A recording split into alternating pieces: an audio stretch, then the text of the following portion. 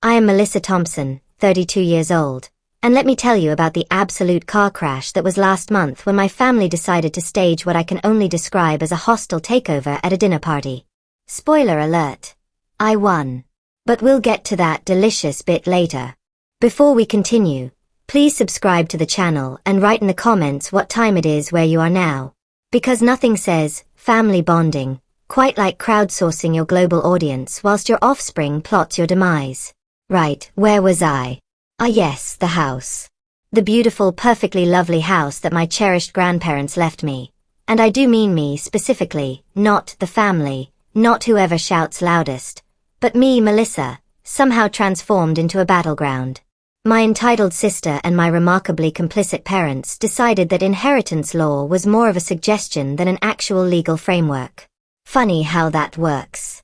That particular evening ended with my sister slapping me across the face, because apparently we're living in a Victorian melodrama now, shoving me towards the door with what I can only describe as theatrical brutality, and snarling, "Get out of my house." My house, actually, but who's counting?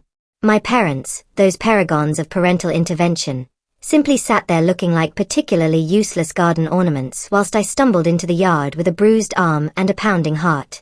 There I was, standing under a streetlight like some tragic heroine in a low-budget film, staring at the locked door, my breath visible in the chilly Seattle air because of course it was chilly. A week later, a package arrived on their doorstep. My mother rang me 45 times. 45. I counted. Her voicemail messages were a symphony of panic and pleading. It was all a mistake, she claimed. How delightfully convenient. I texted back 3 words. Get out now. But let's rewind a week, shall we? Because every good disaster starts with hope, and I'm apparently a glutton for punishment. I'd spent the entire afternoon in my modest Seattle apartment, arranging plates for a family dinner that I genuinely, naively hoped would mend old wounds. I know, 32 years of evidence to the contrary, but optimism dies hard. I'd cooked lasagna from Grandma Dorothy's recipe, the smell of garlic and tomato filling my small space with the illusion that everything might actually be all right. Bless my deluded little heart. My sister Amanda, 3 years my senior and roughly 3 decades my superior in entitlement, arrived late with my parents.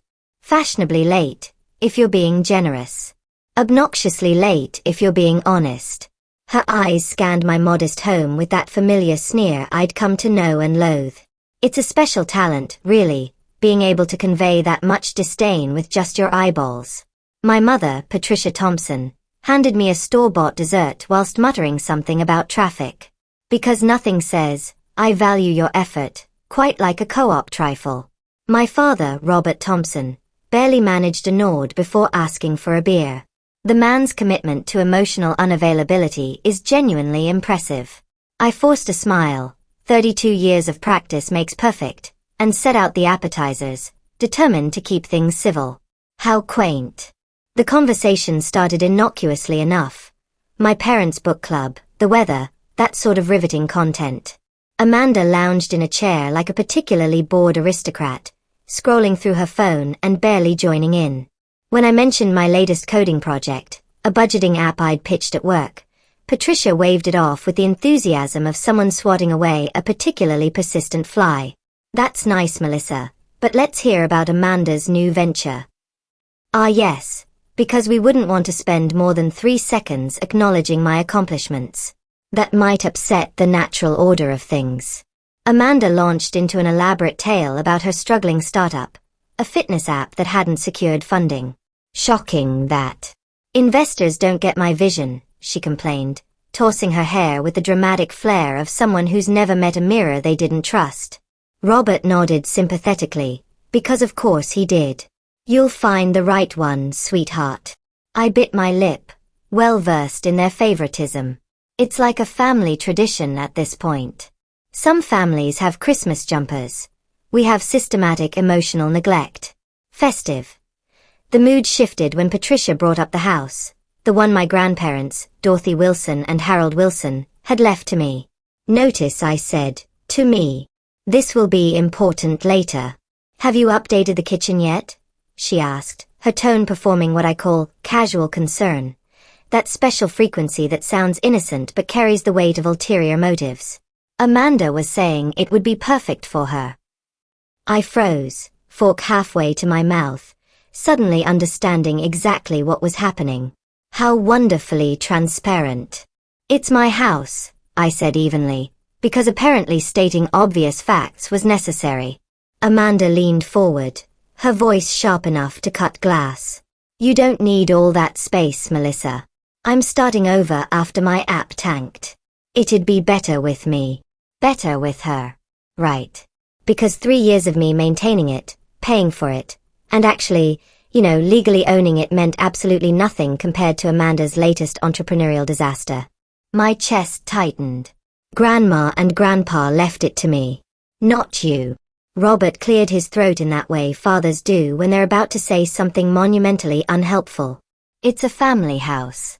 Think about sharing, Melissa. Sharing. That delightful concept that only ever seemed to flow in one direction. Patricia chimed in, naturally. Amanda's in a tough spot.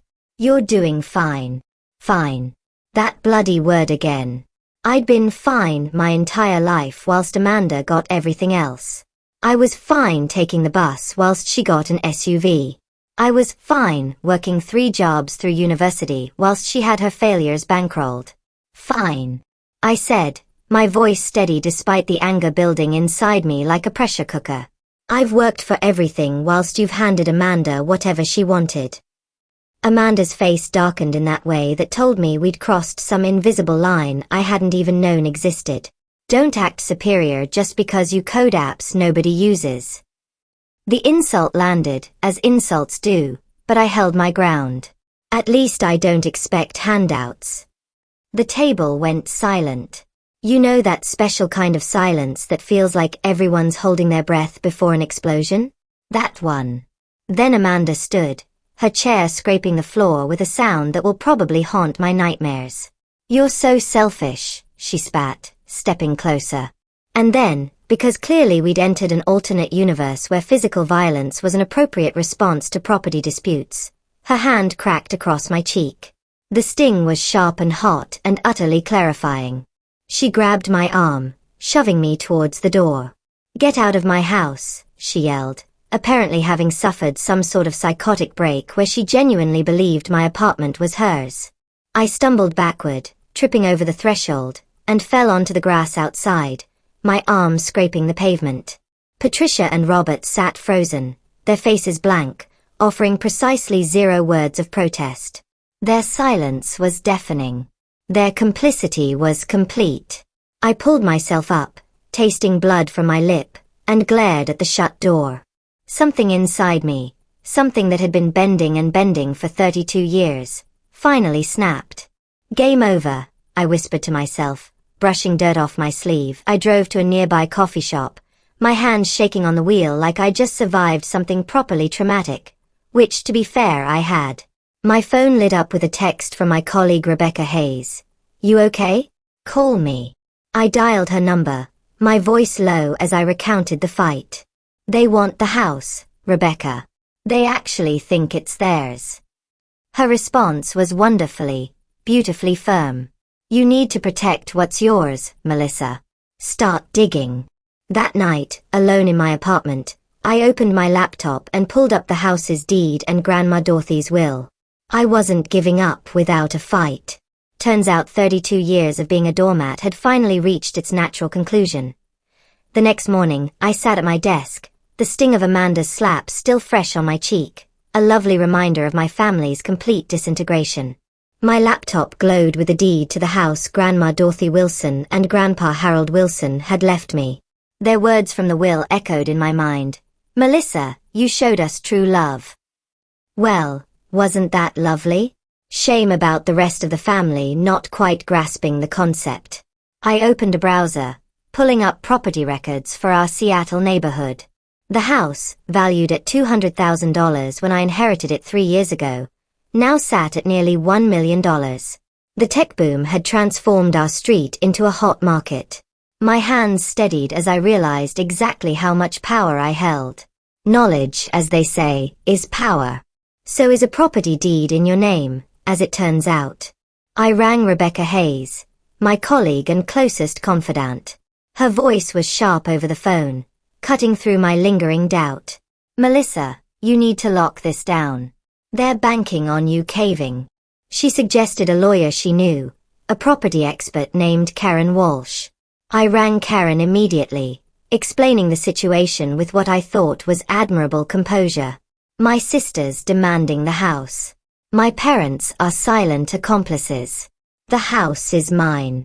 Send me the will and deed, Karen said briskly. Washington law is crystal clear on inheritance. Let's see what we're working with. By noon, I'd emailed her the documents, my fingers trembling, not from fear, but from a sense of purpose I'd never quite experienced before. It's remarkable what clarity a good slap can provide. Karen rang back that afternoon with news that made my entire month. Good news.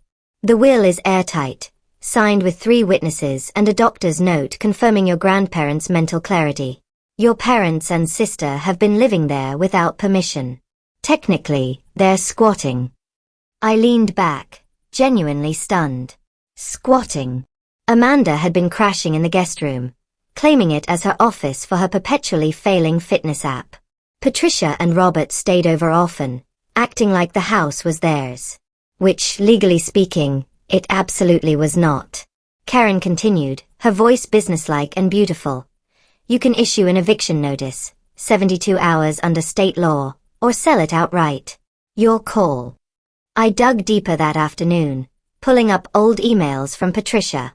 Months ago, she'd asked about the house's wiring, claiming Amanda needed stable internet for her startup.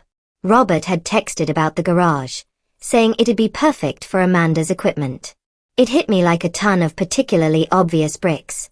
They'd been planning this for months, assuming I'd simply roll over. Again. As I'd always done. I remembered Grandma Dorothy's voice, calm but firm, from one evening when I was 16.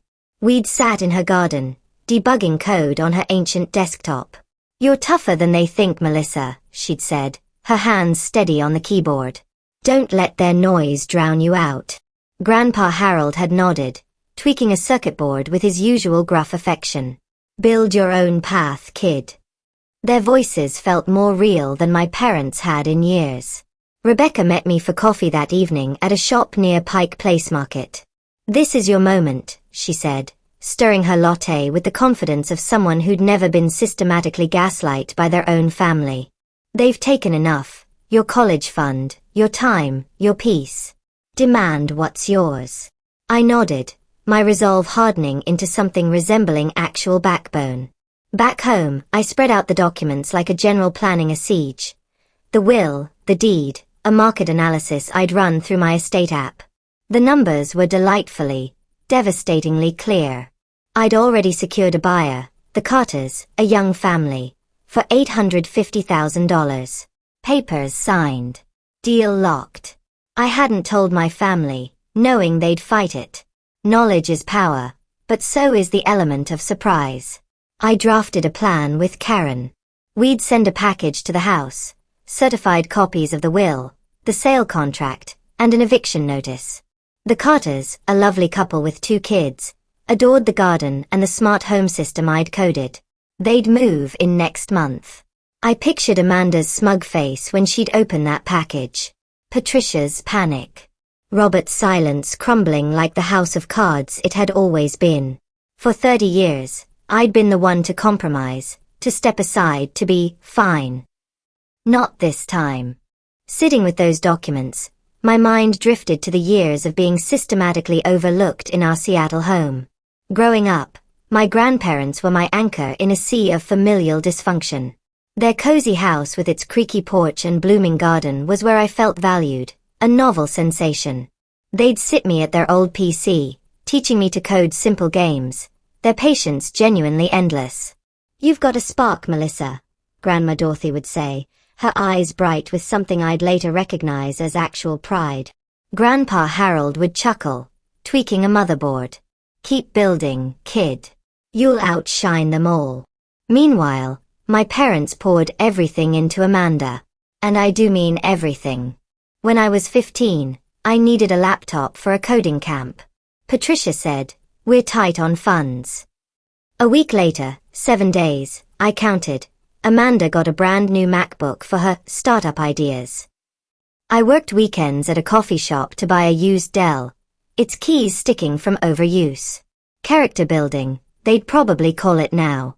At 16, Amanda received a shiny SUV for her birthday whilst I rode the city bus, my backpack heavy with library books. Amanda has big dreams, Robert would say, shrugging off my straight A report cards. You're fine, Melissa. There it was again. Fine. My college fund was another delightful casualty in the ongoing saga of Amanda's expensive failures. At 18, I learned it had vanished into Amanda's first app venture, a social media platform that crashed spectacularly in 4 months. Unexpected expenses, Patricia mumbled when I asked, as though £15,000 had simply evaporated through no fault of anyone's. I worked 30 hours a week through university, coding freelance apps to cover tuition whilst maintaining a 3.8 GPA in computer science. Amanda, meanwhile, dropped out of 2 universities, each time with my parents' excuses and cash for her next vision. I'd ring Grandma Dorothy, voice shaky, venting about the unfairness of it all. They're blind to your worth, she'd say, her voice steady over tea in her kitchen. But you're stronger than their mistakes. One night when I was 17, I sat on their porch, tears streaming after Patricia cancelled my science fair trip to fund Amanda's coding boot camp. Yes, the same Amanda who couldn't code her way out of a paper bag. Grandpa Harold handed me a soldering iron. Fix what's broken, Melissa. Start with yourself. Their belief kept me afloat when I was drowning.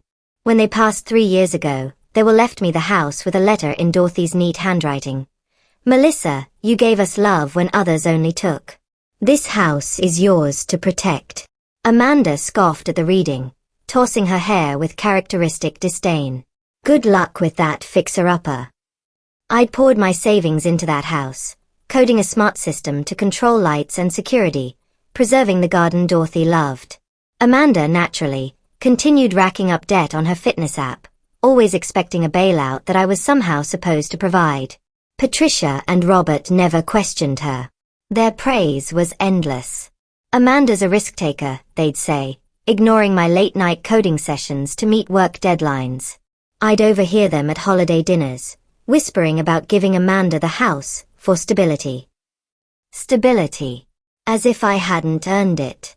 As if inheritance law didn't exist. As if I hadn't spent 3 years maintaining a property they seemed to think was communal. The final straw was a memory from 2 years ago. I'd found an old photo of me and Dorothy in the garden, her arm around me, both of us smiling. Tucked behind it was another note from her. Melissa, you're the one who carries our love forward. Don't let them steal your fire. That note, now in my desk drawer, fueled my anger as I sat with the deed. For 30 years, I'd been pushed aside, my efforts dismissed, my inheritance targeted. Amanda's slap wasn't just physical. It was the culmination of their entitlement. I wasn't just protecting a house. I was reclaiming my worth. How delightfully therapeutic. Back at my apartment, I finalized the plan with Karen. The house sale to the Carters was locked in at $850,000. Papers signed and notarized, properly legal, absolutely binding. Karen had prepared a package, certified copies of Grandma Dorothy's will, the sale contract, and a 72-hour eviction notice under Washington law. This will hit them hard, she said over the phone, her voice calm but satisfyingly firm. They've been squatting illegally. You're completely within your rights. I nodded, picturing Amanda's smug grin dissolving like sugar in rain. I sent the package via overnight courier, my hands remarkably steady as I handed it over. The next day, I left Seattle for a work conference in Portland, needing physical and emotional distance. My phone stayed on silent, but I knew the storm was brewing. Rebecca texted, "Package delivered.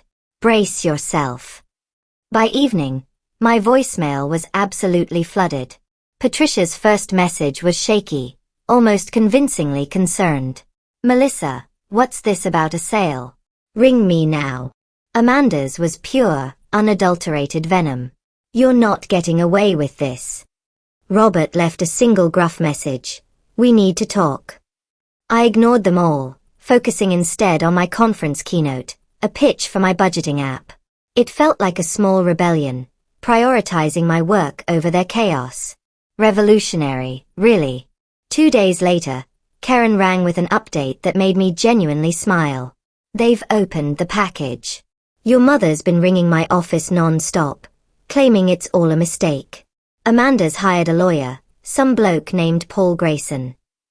I smirked, knowing the will's strength. 3 witnesses, a doctor's note, legally untouchable after 3 years under Washington's statute of limitations. Let them try, I told Karen. What's next? She explained the eviction process. The Carters would take possession in 3 weeks, and the sheriff could enforce the notice if my family resisted. They're panicking, she added with barely concealed satisfaction. Amanda's screaming about her rights to the house. Her rights. Brilliant. I hadn't realized being entitled was now a legal standing. I pictured the scene, Amanda pacing the living room she'd claimed as her office, ripping open the package to find the sale contract. Patricia clutching the will, her face pale as she read Dorothy's words naming me sole heir. Robert silent, as always, staring at the eviction notice like it might change if he looked at it long enough. They'd assumed I'd cave, hand over the house like I'd handed over my college fund, my time, my dignity. But I'd learned from Dorothy's quiet strength, her lessons in standing firm. You don't owe them anything, she told me once, her hand squeezing mine as we debugged code together. Amanda's lawyer rang me that afternoon, his tone performing what I call professional sleaze. My client believes there's been a misunderstanding. The house is a family asset. I cut him off. The will says it's mine. Check the records. He stammered something about a possible contest. You're 3 years too late, I said, my voice cold and wonderfully unbothered. The sale's binding. Tell Amanda to pack. Karen confirmed later that Paul had backed off entirely, admitting the case was dead on arrival. Washington law doesn't bend for entitled siblings, apparently. Who knew? I stayed in Portland another day, letting my family properly stew in their consequences. Rebecca sent updates. Amanda had posted a rant on social media, calling me a traitor. How predictable. Patricia was attempting to rally various cousins, claiming I'd stolen their legacy. Because apparently inheritance only counts when it goes to the person they prefer. I didn't respond. Silence, I discovered, was far more powerful than any argument I could construct. The Carters, blissfully unaware of the ongoing family melodrama, emailed me a genuinely lovely thank you note, gushing about the garden and the smart system I'd coded. Our kids can't wait to move in, they wrote. I smiled, knowing Dorothy and Harold would have absolutely adored their enthusiasm. The house was going to a family who'd actually appreciate it, not treat it like a participation trophy. Back in Seattle, I met Rebecca at a diner near my office. She slid into the booth with the expression of someone who'd been following a particularly entertaining soap opera. They're falling apart, she said, sipping her coffee with barely concealed glee. Amanda's lawyer dropped her. Your parents are begging for a meeting. I shook my head. No meetings. They made their choice. I'd spent 3 decades swallowing their demands, but the eviction notice was my line in the sand.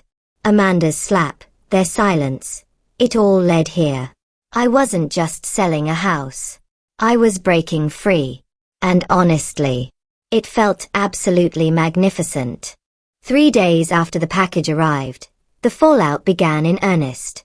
Amanda's lawyer, Paul Grayson, sent a final email that I printed out and may have briefly considered framing. He admitted defeat. Washington's 3-year statute of limitations on will contests had expired, and the notarized documents were, in his professional opinion, ironclad. The Carters were set to move into the house in 18 days. Amanda, Patricia, and Robert had 72 hours to vacate, or the sheriff would step in. I did mention I was enjoying this, right? Karen rang me at my Portland hotel, her voice steady and professional but with a hint of satisfaction that made me like her even more. They're out of moves, Melissa. The house is legally gone. I leaned back, a quiet satisfaction settling in my chest like a warm cup of tea. For once, just once, their entitlement had no leverage. Back in Seattle, Amanda's world began to properly unravel, and I'd be lying if I said I didn't find it all rather comic. Her fitness app startup, already struggling with missed loan payments, collapsed entirely when creditors caught wind of her unstable housing situation. Because it turns out investors don't particularly fancy backing someone who's being evicted. Who could have predicted?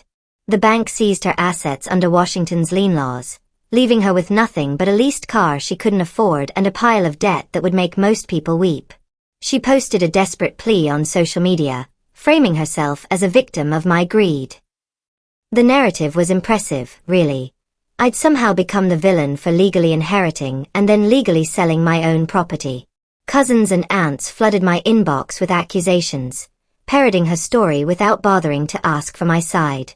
I forwarded them all the will and sale contract, letting Grandma Dorothy's words speak for themselves. Most went silent after that, their support for Amanda evaporating like morning mist. Funny how facts tend to do that. Patricia and Robert faced their own reckoning, and if I'm being completely honest, this bit was particularly satisfying.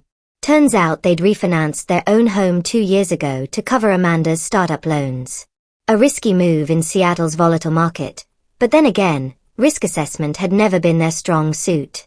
With the house gone and no bailout from me, imagine that, they couldn't keep up with payments. They filed for Chapter 7 bankruptcy. It became a matter of public record that hit the local news. Their suburban home, once a status symbol they'd lorded over everyone, was foreclosed. They moved into a cramped rental flat downtown, their social circle shrinking faster than Amanda's bank account. Patricia's book club stopped inviting her. Robert's golf buddies mysteriously had other commitments. It's remarkable how quickly fair weather friends disappear when the weather turns, isn't it?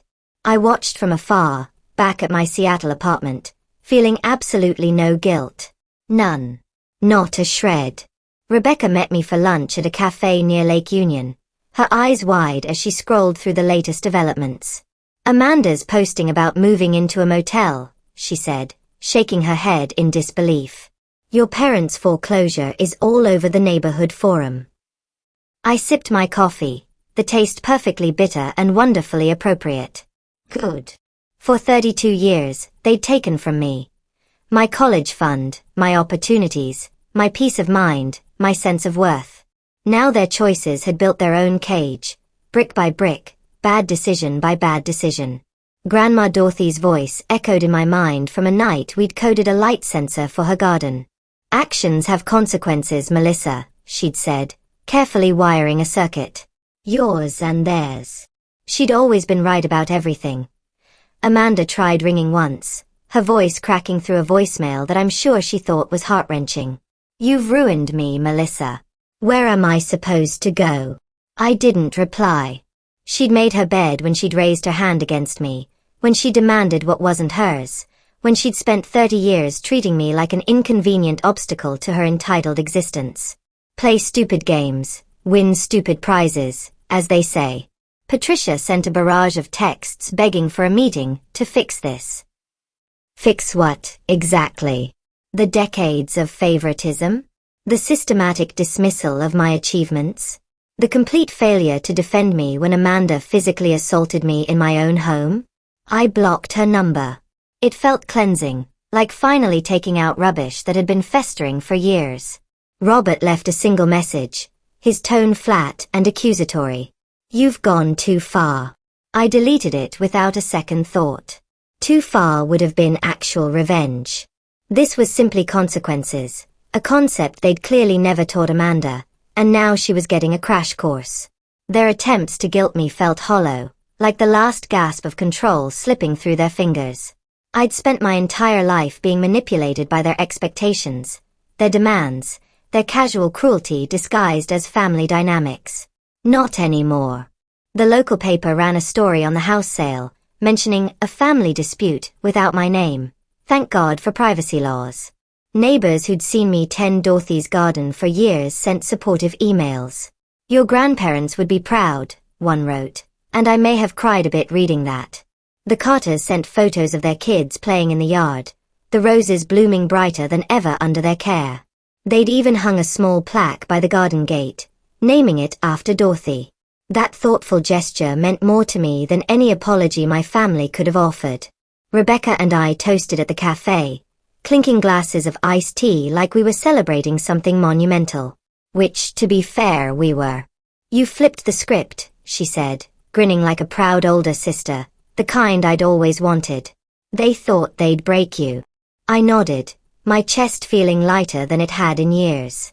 The dominoes had fallen, not because I'd pushed them with malicious intent, but because they'd built an entire structure on lies, favoritism, and the assumption that I'd always be too weak to stand up for myself.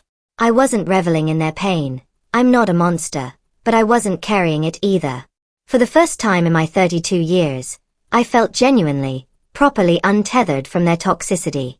2 months later, I stood in my new bungalow in Seattle, sunlight streaming through the windows in that way that makes estate agents get all poetic.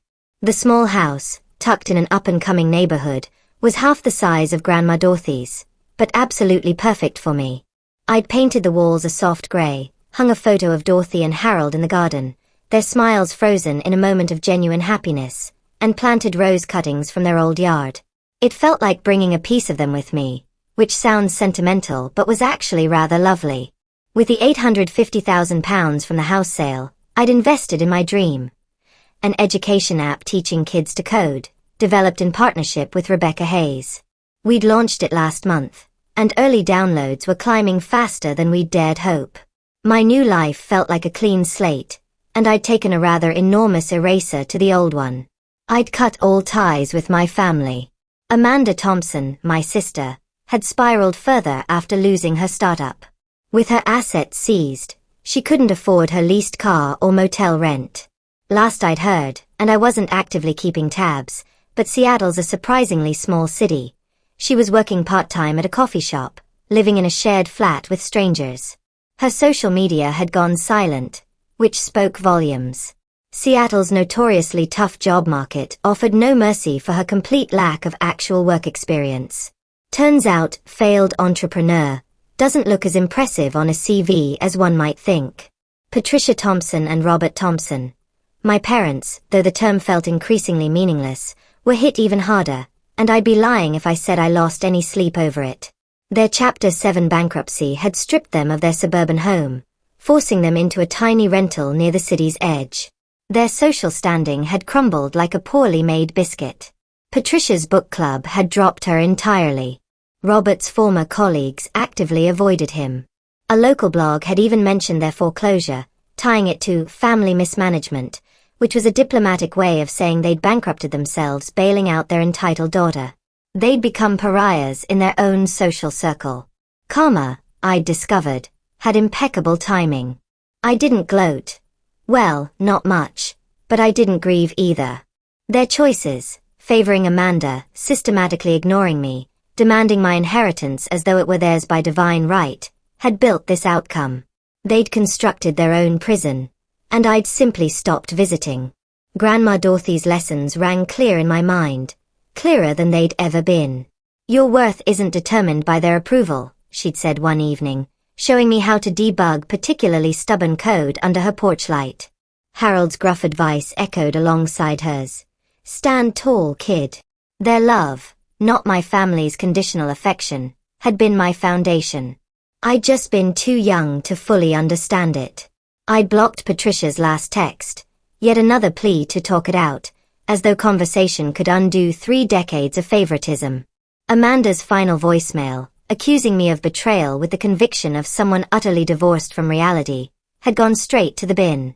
Robert hadn't reached out since the eviction notice landed, which told me everything I needed to know about his priorities, why app's success grew beyond my wildest projections. A Seattle tech conference invited me to speak, Melissa Thompson, the fine daughter who'd been dismissed for 32 years. I shared the stage with coders I'd admired for years, people whose work I'd studied late at night whilst my family slept, oblivious to my ambitions. Rebecca cheered from the front row, her grin wide as I demonstrated the app's features. The audience actually applauded. People asked questions about my coding process, my design philosophy, my future plans. They treated me like someone whose opinion mattered. Novel concept, that. You're absolutely killing it, Rebecca said later over drinks at a downtown bar, her pride genuine and utterly heartwarming. Dorothy would be so proud. I nodded, thinking of the countless nights I'd coded with her, her steady voice guiding me through problems, her patience infinite. The app wasn't just a job or even a business venture. It was my way of passing on her belief in building something meaningful, something that mattered. Every time a parent emailed to thank me for creating something that made their child excited about coding, I thought of Dorothy teaching me on that ancient desktop. Every positive review felt like validation not just of my work, but of the path she'd encouraged me to take when everyone else was pushing me aside. One evening, I drove past the old house. I hadn't planned to. My route simply took me that way, but I slowed as I approached. The Carters had properly settled in. Their kids' bikes leaned against the fence, colorful helmets hanging from the handlebars. The roses were blooming brighter than ever, clearly loved and tended. A new sign hung by the gate, Dorothy's Garden. I didn't stop, just slowed enough to take it all in. The house looked lived in, loved, full of life. It looked exactly how Dorothy and Harold would have wanted it. My eyes might have gotten a bit misty, but I blamed it on allergies. London's been terrible for pollen this year. 6 months have passed since that disastrous dinner party, and I've had time to properly reflect on everything. Not that I'm dwelling, I've got far better things to do with my time, but perspective has its uses. My family built their entire dynamic on a foundation of entitlement and favoritism, assuming I'd always be too accommodating, too fine, too desperate for their approval to ever push back. They mistook kindness for weakness, patience for spinelessness. They were catastrophically wrong. Amanda learned that physical violence and entitled demands don't actually override inheritance law. Shocking, I know. She's apparently still working at that coffee shop, and I genuinely hope she's learned something from this experience, though I'm not holding my breath. Some people are allergic to personal growth. Patricia and Robert discovered that enabling one child whilst systematically neglecting the other has consequences. They lost their home, their social standing, and their relationship with me. Was it worth it? They're welcome to ponder that question in their cramped rental flat. As for me, I learned that standing up for yourself, really properly standing up, feels absolutely brilliant. Terrifying at first, yes, but brilliant. I learned that the people who truly love you don't demand you sacrifice yourself for their comfort. Dorothy and Harold had shown me unconditional love, support, and respect. My parents had shown me what conditional affection looked like, and it was exhausting. I learned that family isn't just about blood, it's about who shows up for you, who celebrates your successes, who has your back when things fall apart. Rebecca's more family to me than my actual relatives ever were. I learned that sometimes the most powerful thing you can do is simply enforce boundaries and let consequences play out naturally. I didn't destroy my family. They managed that perfectly well on their own. I just stopped cushioning their fall. My app continues to grow. We're expanding to include courses for teenagers now, and we've hired 3 new developers. Rebecca and I are talking about opening a physical learning center, creating a space where kids can come learn to code, especially those from families who can't afford expensive programs. Dorothy would have loved that idea. Harold would have insisted on teaching circuit building workshops. I still think about them daily. Their kindness, their patience, their unshakable belief in me. The house sale wasn't just about money or revenge or even justice, though it was certainly all of those things. It was about honoring what they'd given me, the confidence to know my own worth. Last week, something rather unexpected happened. I received a letter, an actual physical letter, like we're living in a Jane Austen novel, from Amanda. My first instinct was to bin it immediately, but curiosity got the better of me.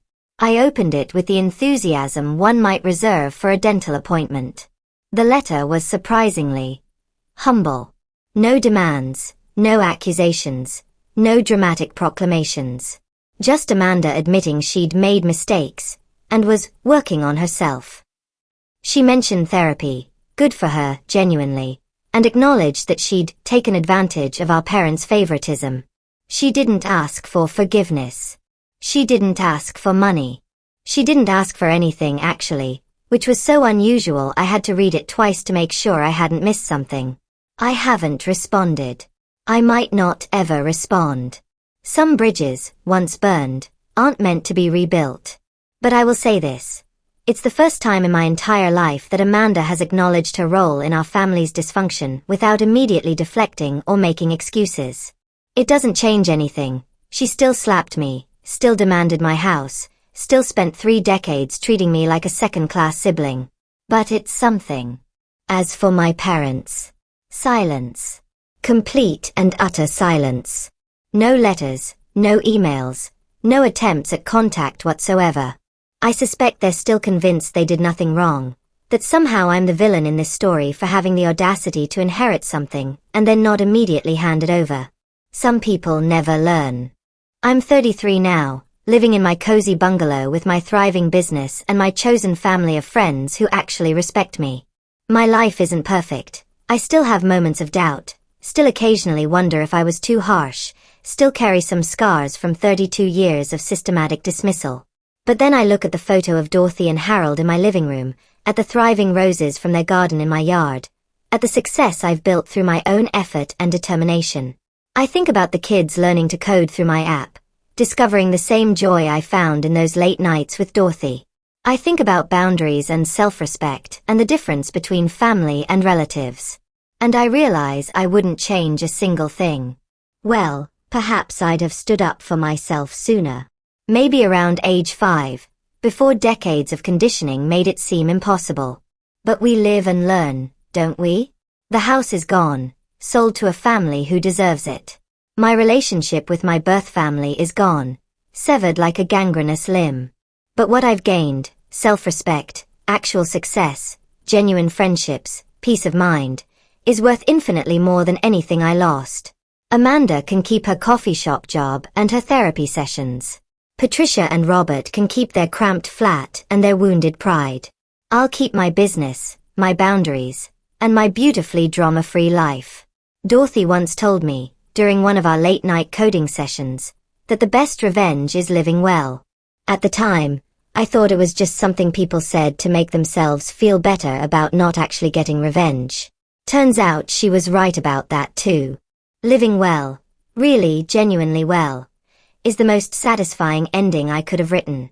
And unlike Amanda's various failed ventures, this story actually has a happy ending. Mine. The house my grandparents left me is now Dorothy's garden, filled with children's laughter and lovingly tended roses. The family that tried to take it from me is scattered, diminished, facing consequences they spent 30 years avoiding. And me. I'm finally, properly, genuinely fine. Not their version of fine, where I swallow my feelings and accept whatever scraps they deign to give me. My version. Where I'm thriving, successful, respected, and entirely on my own terms. Grandma Dorothy would have been absolutely delighted. Grandpa Harold would have given me that gruff nod of approval he reserved for properly soldered circuits and well-executed code. And honestly, that's all the approval I've ever needed. So here's to inherited houses, legal documents, 72-hour eviction notices, and the glorious freedom that comes from finally standing up for yourself. Here's to being more than fine. Here's to actually living. Now, if you'll excuse me, I have an app to develop, a business to run, and absolutely zero family drama to deal with. And it feels absolutely magnificent. The end. Or as I prefer to think of it, the beginning. You'd think that would be the end of it, wouldn't you? Nice neat bow, triumphant ending, roll credits. But life, in its infinite wisdom and terrible sense of humor, had other plans. It's been 18 months since I sent that package. 18 glorious, drama-free months of building my business, tending my garden, and living a life blissfully devoid of entitled relatives. I'd almost convinced myself that chapter was permanently closed. Then, on a perfectly ordinary Tuesday morning, because disaster never strikes on a Friday when you're mentally prepared for the weekend, my phone rang with a number I didn't recognize. I nearly didn't answer. My policy on unknown numbers had become rather strict since the great family implosion. But something, curiosity, masochism, or perhaps just the cosmic need for life to remain interesting, made me pick up. Melissa Thompson. The voice was professional, female, vaguely apologetic in that way that immediately signals bad news. Speaking, I said, already regretting this decision. This is Sandra Mills from Seattle General Hospital. I'm calling about your mother, Patricia Thompson. She's listed you as her emergency contact. Of course she bloody had. I stood in the hospital corridor, the fluorescent lights giving everything that special dystopian glow that only medical facilities can achieve. The smell of antiseptic and despair hung in the air. I'd driven here on autopilot, my brain still processing the nurse's words. Cardiac event, stable but serious, asking for you. That last bit felt like emotional manipulation even through a medical professional, which was actually rather impressive. Rebecca had offered to come with me, bless her, but I declined. This felt like something I needed to face alone, armed only with my newly developed spine and a healthy dose of cynicism. Patricia was in room 347, and I stood outside for a full minute, staring at the door like it might bite me. Which, given my family's track record, wasn't entirely unreasonable. I pushed it open. My mother looked small. That's the only word for it. The woman who'd loomed so large in my childhood, whose approval I desperately sought and never quite earned, looked diminished in that hospital bed. Her hair, usually immaculately styled, lay flat against the pillow. Monitors beeped steadily, tracking a heart that had apparently decided to stage a minor rebellion. "Melissa," she said, her voice weak but still managing to carry that particular tone that made me feel like I was perpetually disappointing her. Impressive, really, given the circumstances. "Patricia," I replied, deliberately using her first name. "Old habits and all that." Her face flickered with something. Hurt, maybe, or recognition that things had fundamentally changed between us. Good. They had. "You came," she said, as though this was some grand gesture on my part rather than basic human decency. "The hospital called. They said you'd had a heart attack." I remained standing, notably not rushing to her bedside. "What happened?" She shifted in the bed, wincing slightly. "Stress," they said. The doctor mentioned something about lifestyle factors and poor decisions. I nearly laughed. If ever there was a metaphor for our entire family dynamic, it was Patricia's heart literally giving out from the stress of her own choices. "Where's Robert?" I asked, looking around the empty room. "Where's Amanda?" Patricia's face did something complicated. "Your father is dealing with some things. Amanda couldn't get away from work." Translation: Robert was probably avoiding this, and Amanda couldn't be bothered. Some things never change. "Right," I said, my voice carefully neutral. "Well, the doctors say you're stable." "That's good." "Melissa," Patricia said, her voice taking on that pleading quality I remembered from the aftermath of the package. "We need to talk. About everything. About the house, about Amanda, about—" "No," I interrupted, the word coming out sharper than I'd intended. "We really don't." "Please," she said, and genuine tears began forming in her eyes. "I've had time to think." Lying here, wondering if I was going to die, I realized how wrong we were. How wrong I was. And there it was. The deathbed conversion. The medical emergency revelation. The classic, "I nearly died so now I see the error of my ways" speech. I'd been expecting this, actually. I'd run through various scenarios in my head during the drive over.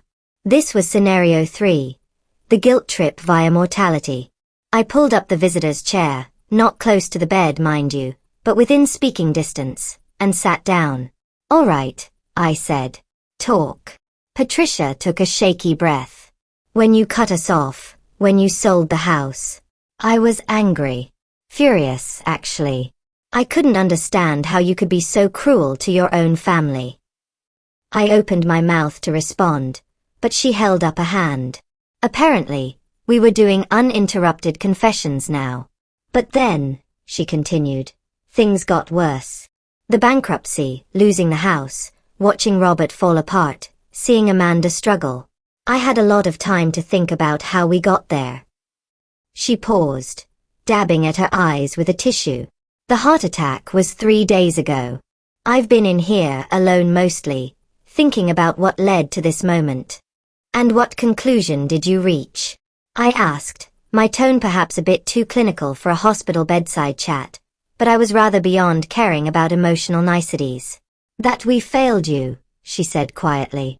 For 32 years, we failed you. We gave Amanda everything and expected you to just accept it, to be fine with it. And when you finally stood up for yourself, we punished you for it. I sat there, waiting for the but. There's always a but in these conversations. But, she continued, called it. I want you to understand why. It's not an excuse, just an explanation. I'm listening, I said, though every instinct screamed at me to leave. Patricia's face crumpled slightly. Amanda was always so fragile, even as a child. She needed more attention, more support, more everything. You, on the other hand, were always so capable, so independent. We thought. I thought you didn't need us the way she did. The old excuse. The classic justification. So you gave her everything and gave me nothing because I didn't need it. We gave you our trust, Patricia said weakly. Our faith that you'd succeed on your own. No, I said, my voice hard. You gave me neglect and called it trust. You gave me dismissal and called it faith. You took my college fund to bail out Amanda's failures. You let her assault me in my own home. You demanded I hand over my inheritance. That's not faith, Patricia. That's favoritism dressed up in prettier words. She flinched, but I wasn't finished. 18 months of therapy and self-reflection had given me quite a lot to say, actually. You want to know what would have helped? A single word of encouragement when I got straight A's. One parent-teacher conference where you actually showed up. Maybe not cancelling my science fair trip to fund Amanda's latest doomed venture. Any acknowledgement that I existed beyond being Amanda's backup plan. You're right, Patricia whispered. You're absolutely right. And I'm sorry. I'm so sorry, Melissa. The apology hung in the air between us, and I examined it like a suspicious package.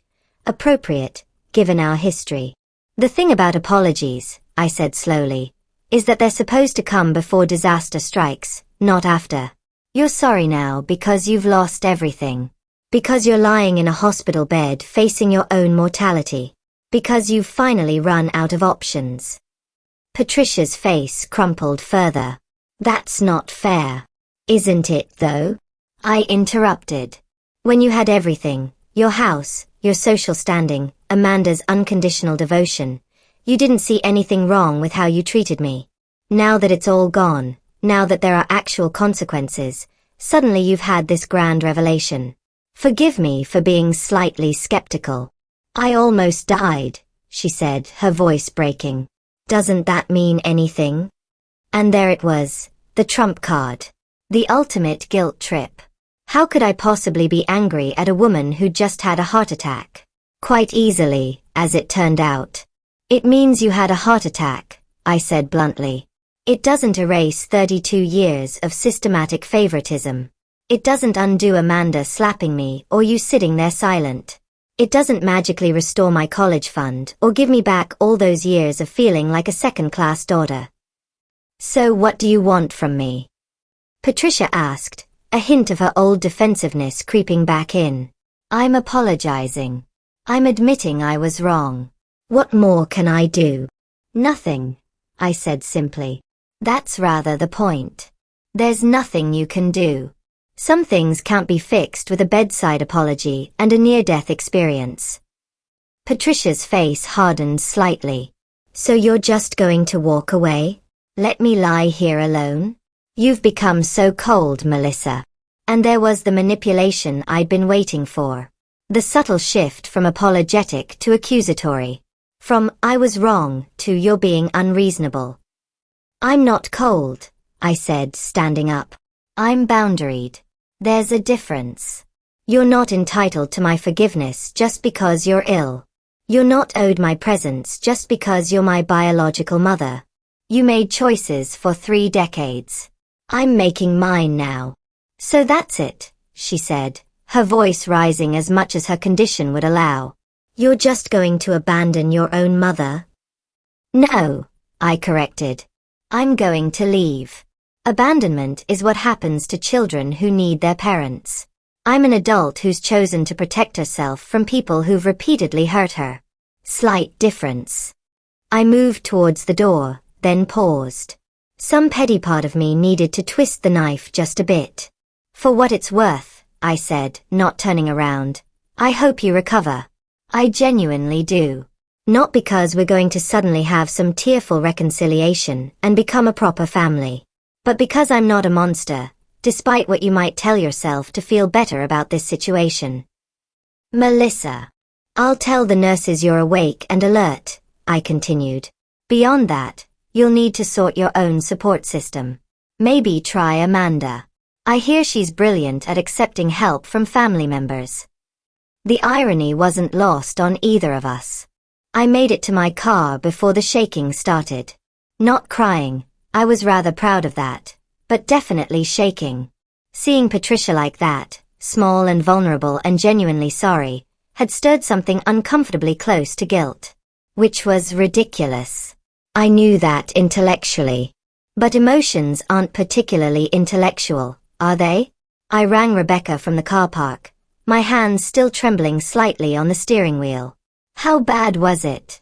she asked immediately. "She apologized," I said. "Properly apologized. Admitted they failed me. The whole 9 yards. And I didn't forgive her." Silence on the other end. Then, "Good. Really?" I asked, genuinely surprised. "Because I feel rather terrible about it." "Of course you do," Rebecca said matter-of-factly. "You're a decent human being with functioning empathy. But feeling terrible doesn't mean you did the wrong thing. Did she actually want to make amends, or did she want absolution?" I thought about that. "Absolution," I admitted. "Definitely absolution." "There you go then. Apologies are about acknowledging harm, not erasing consequences.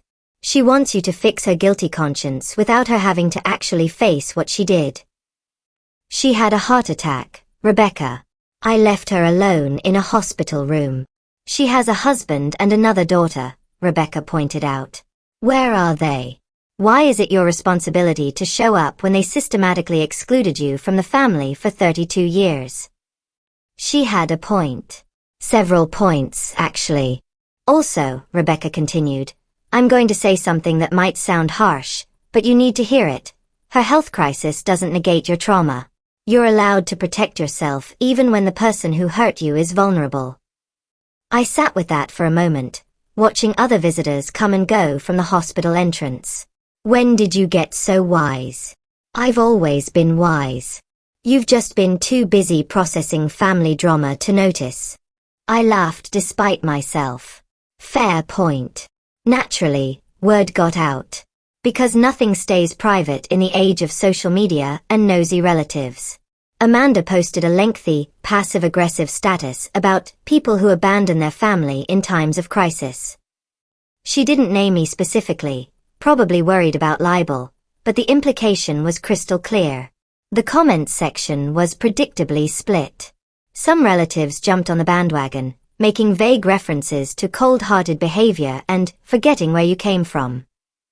Others, bless them, pointed out that Patricia had 2 children and a husband, so perhaps the responsibility didn't fall solely on the daughter they'd systematically neglected. One cousin, Jenny, who I'd always rather liked, commented, "Maybe ask where the other daughter and husband are before throwing stones." She was promptly attacked by the Amanda Defense Squad, but I appreciated the sentiment. I didn't respond to any of it. I'd learned that lesson already. Don't engage with social media drama initiated by entitled siblings. Nothing good comes from that. But the messages started flooding in. Distant aunts, just checking in, translation, fishing for gossip. Old family friends, concerned about Patricia, translation, judging my character.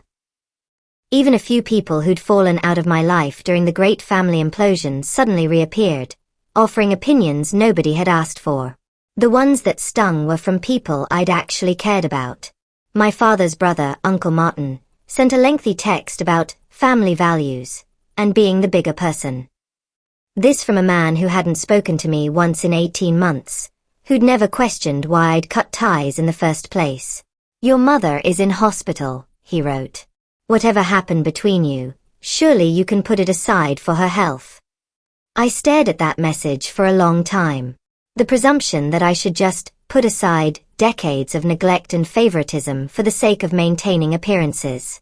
The assumption that my boundaries were less important than everyone else's comfort. I typed and deleted several responses. Eventually, I settled on, I have put it aside. I visited her in hospital and was informed she's stable. Beyond that, her support system includes a husband and another daughter. I'm sure they'll be adequate. Uncle Martin didn't respond. Neither did most of the others after I sent similarly polite but firm replies. Funny how quickly people lose interest when you refuse to perform the expected emotional labor. Rebecca came over that evening with wine and takeaway. You're handling this remarkably well, she observed, watching me scroll through the latest batch of judgmental messages. Am I? I asked. Because internally, I feel like I'm constantly second-guessing myself. That's called being human, she said. And having a conscience. The fact that you're questioning whether you did the right thing is actually proof that you're not the monster they're painting you as. But what if I am being too harsh? I asked, voicing the fear that had been gnawing at me all week. What if she genuinely has changed? What if this heart attack really did make her see things differently? Rebecca set down her wine glass with the deliberate care of someone about to say something important.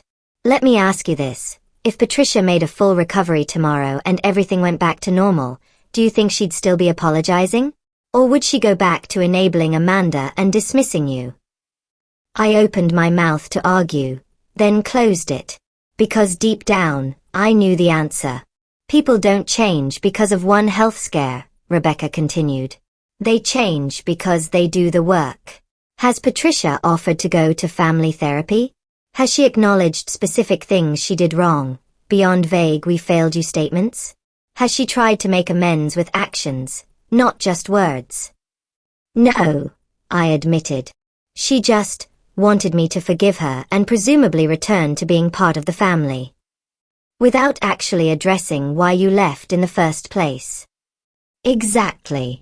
Rebecca raised her glass. Then you made the right call. You're not obligated to set yourself on fire to keep other people warm, Melissa. Especially people who've spent decades treating you like kindling.